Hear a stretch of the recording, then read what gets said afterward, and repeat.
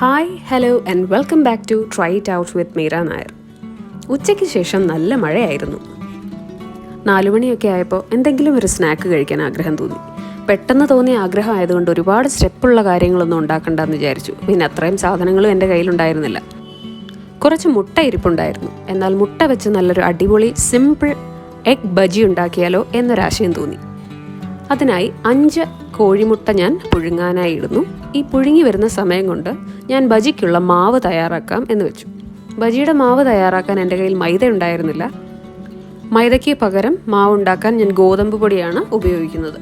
ഗോതമ്പ് പൊടിയിലേക്ക് ഒരൽപ്പം ഉപ്പ്, കുറച്ച് മഞ്ഞൾ, കുറച്ച് മുളക് പൊടി, ഒരൽപ്പം വെജിറ്റബിൾ അല്ലെങ്കിൽ ഫിഷ് അല്ലെങ്കിൽ മീറ്റ് മസാല പൗഡർ, പിന്നെ കയ്യിലുണ്ടെങ്കിൽ ഒരൽപ്പം ചാട്ട് മസാല, ഒരു 3-4 നുള്ള ചാട്ട് മസാല മതിയാവും. ഇതോടൊപ്പം 1 നുള്ള ബേക്കിംഗ് സോഡാപ്പൊടി ചേർത്ത് എല്ലാം നന്നായി ഇളക്കി യോജിപ്പിച്ച് പാകത്തിന് വെള്ളം ഒഴിച്ച് മിക്സ് ചെയ്യുക. കട്ടകളൊന്നും ഇല്ലാതെ മിക്സ് ചെയ്യാൻ ശ്രമിക്കണം.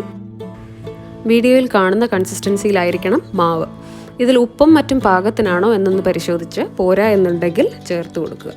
അപ്പോൾ മാവ് റെഡി ആയിട്ടുണ്ട്. മുട്ട പുഴുങ്ങിയത് അതിൻ്റെ ഷെല്ലെല്ലാം റിമൂവ് ചെയ്ത് 2ആയി സ്പ്ലിറ്റ് ചെയ്ത് മാറ്റി വയ്ക്കുന്നു.